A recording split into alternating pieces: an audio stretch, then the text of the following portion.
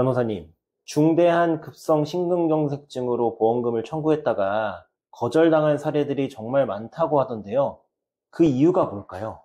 CI 보험, 그러니까 치명적인 질병 보험에서 가장 많이 분쟁이 나는 게 바로 이 중대한 급성 심근경색증인데, 일반 보험에서는 급성 심근경색 진단만 있으면 보험금이 나가는 경우가 많은데, CI 보험 같은 경우는 훨씬 더 까다로운 조건을 붙여놨어. 그래서 예전 약관들을 보면 CKMB 수치가 상승하거나 전형적인 흉통, 심전도, ST 분절, 변화, 세 가지 조건을 모두 충족을 해야 된다고 되어 있었지. 근데 문제는 이 기준이 의학계에서 낡은 기준이라는 거지. 어떤 식으로 바뀐 건가요? 지금은 다른 기준이 사용되고 있나요?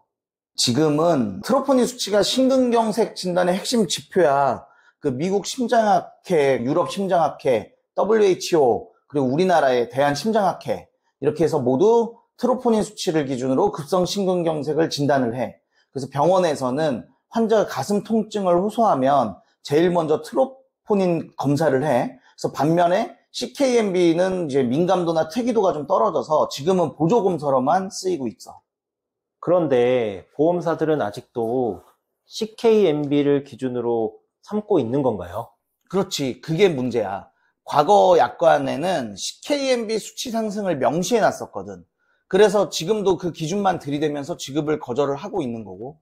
그런데 이제 트로포닌 수치는 상승을 했고 병원에서 급성 심근경색으로 진단하고 시술까지 받았는데도 CKMB가 기준치 미달이라는 이유로 보험금을 안 줘. 이게 바로 현실과 약관 사이의 간극이라고 할 수 있지. 법원은 어떤 기준으로 판단하나요? 실제로 법원은 현실을 좀 반영을 하고 있어. 대법원 판결에서도 CKMB가 기준치를 넘지 않았어도 트로포닌 수치가 상승을 하고 의료진이 급성심근경색으로 진단을 했다면 보험금 지급 대상이라는 판단을 내렸지. 지금 판례의 흐름은 트로포닌 중심으로 가고 있다고 보면 돼. 금융감독원도 같은 입장일까요? 맞아. 예를 들어서 금융감독원 분쟁 조정 사례들이 있어. 거기에는 CKMB 수치가 누락돼 있었는데도 트로포닌 수치 상승하고 병원 치료 기록 근거로 보험금 지급을 권고한 사례가 있지. CKMB가 빠졌다고 해서 무조건 거절하는 건 안 된다는 판단이야. 그럼 지금 판매되는 보험 약관들도 트로포닌 중심으로 바뀐 건가요? 맞아. 지금은 대부분의 신규 보험 약관들의 트로포닌 수치가 기준으로 명시가 돼 있어. 보험사들도 이제는 그 의료 현실을 반영한 약관을 만들고 있는 거지. 그런데 예전에 가입한 분들, 예컨대 2010년대 초반이나 중반에 가입한 분들은 여전히 CKMB 중심의 구약관 적용을 받고 있어. 이게 문제야. 보험금 청구할 때 어떤 자료를 준비해야 할까요?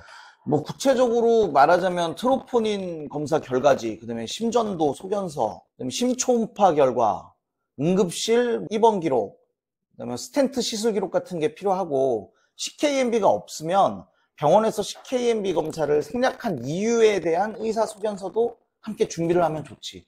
예를 들어서 트로포닌 수치로 충분히 진단이 가능한데 CKMB는 시행하지 않았다. 이런 소견이 들어가면 훨씬 설득력이 있을 것 같아.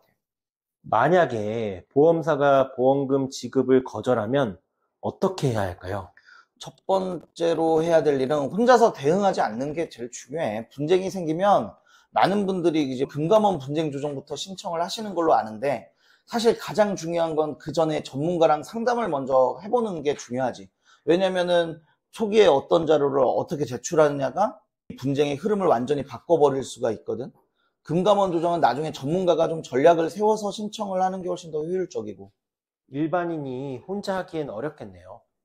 사실 심근경색 같은 경우는 특히 더 어렵지. 보험사들은 이제 내부 자문의사나 심사팀, 법무팀까지도 총동원을 해서 보험금 지급 거절에 대한 논리를 준비를 하는데, 일반인이 거기 대응하는 게 쉽지가 않겠지. 그래서 처음부터 손해사정사, 보험 전문 변호사의 도움을 받는 게 훨씬 전략적이고 유리하다. 특히 약관 해석이나 의무기록 분석, 의학적인 반박 논리를 준비할 때는 혼자 하다가 오히려 불리한 상황만 커질 수 있지. 마지막으로 꼭 강조하고 싶은 말씀이 있으실까요? 병원에선 트로포닌 수치 하나를 보고 급성심근경색을 진단을 하고 응급실에서 바로 시술까지 해주는데, 보험금 청구할 때만 CKMB가 없다고 거절당하는 건 이중 기준이잖아. 이건 분명히 부당하고 이미 여러 판례랑 금감원의 판단들이 현실을 따라오고 있어. 하지만 보험사는 스스로 바뀌지가 않는 게 문제고 우리가 바꿔야지. 그러니까 포기를 하면 안 돼. 자료 준비부터 전략까지 전문가가 함께하면 분명히 돌파구가 있다. 그래서 같이 방법을 찾아보자. 그렇게 말씀을 드리고 싶어요.